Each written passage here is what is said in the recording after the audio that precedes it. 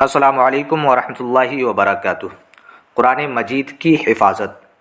محترم سامعین و ناظرین، قرآن عظیم وہ مقدس کتاب ہے جس کی حفاظت کا ذمہ خود رب تبارک و تعالی نے لیا ہے۔ اللہ تبارک و تعالی نے قرآن عظیم میں ارشاد فرمایا، انا نحن نزلنا الذکر وانا لہ لحافظون۔ بے شک ہم نے اس قرآن کو نازل کیا ہے اور بے شک ہم خود اس کی حفاظت کرنے والے ہیں۔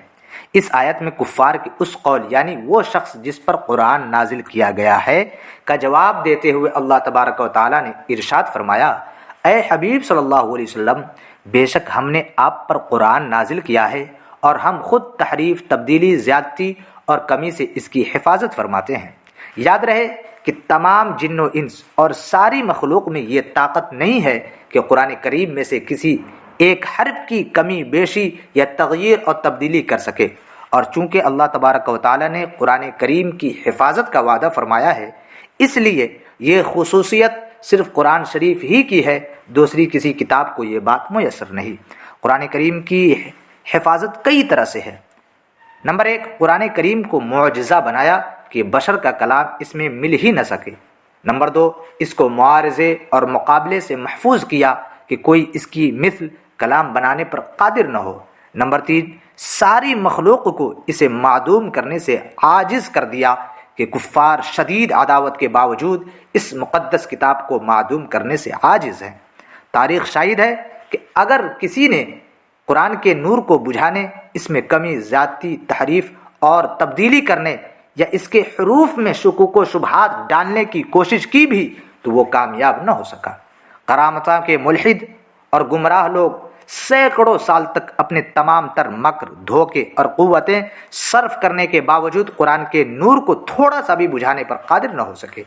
اس کے کلام میں ذرا سی بھی تبدیلی کر نہ سکے، نہ ہی اس کی حروف میں سے کسی ایک حرف کے بارے میں مسلمانوں کو شک و شبہ میں ڈال سکے۔ اسی طرح قرآن مجید کے زمانہ نزول سے لے کر آج تک ہر زمانے میں اہل بیان، علم لسان کے ماہرین، ائمہ بلاغت، کلام کے شہ سوار اور کامل اساتذہ موجود رہے۔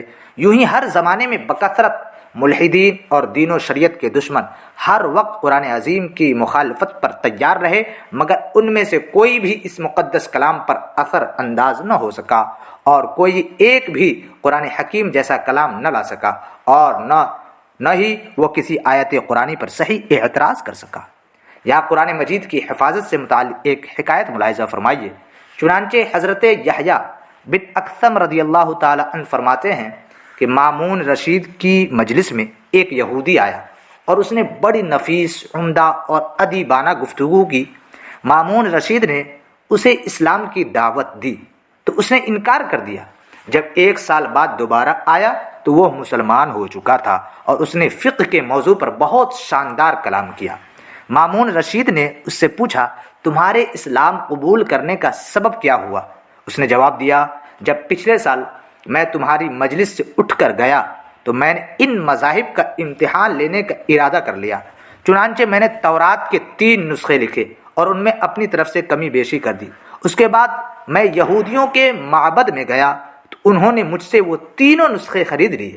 پھر میں نے انجیل کے 3 نسخے لکھے اور ان میں بھی اپنی طرف سے کمی بیشی کر دی۔ جب میں یہ نسخے لے کر عیسائیوں کے گرجے میں گیا تو انہوں نے بھی وہ نسخے خرید لیے۔ پھر میں نے قرآن پاک کے 3 نسخے لکھے اور اس کی عبارت میں بھی کمی بیشی کر دی۔ جب میں قرآن پاک کے وہ نسخے لے کر اسلامی کتب خانے میں گیا تو انہوں نے پہلے ان نسخوں کا بغور مطالعہ کیا، اور جب وہ میری کی ہوئی کمی زیادتی پر مطلع ہوئے تو انہوں نے وہ نسخے مجھے واپس کر دیے اور خریدنے سے انکار کر دیا۔ اس سے میری سمجھ میں آ گیا کہ یہ کتاب محفوظ ہے اور اس میں کوئی تبدیلی نہیں کر سکتا، اس وجہ سے میں نے اسلام قبول کر لیا۔ محترم سامعین و ناظرین، آج بس اتنا ہی۔ ویڈیو اچھی لگی ہو تو لائک کریں، شیئر کریں، اور چینل پر نئے ہیں تو سبسکرائب کر بیل آئیکن پریس کریں۔ اللہ حافظ۔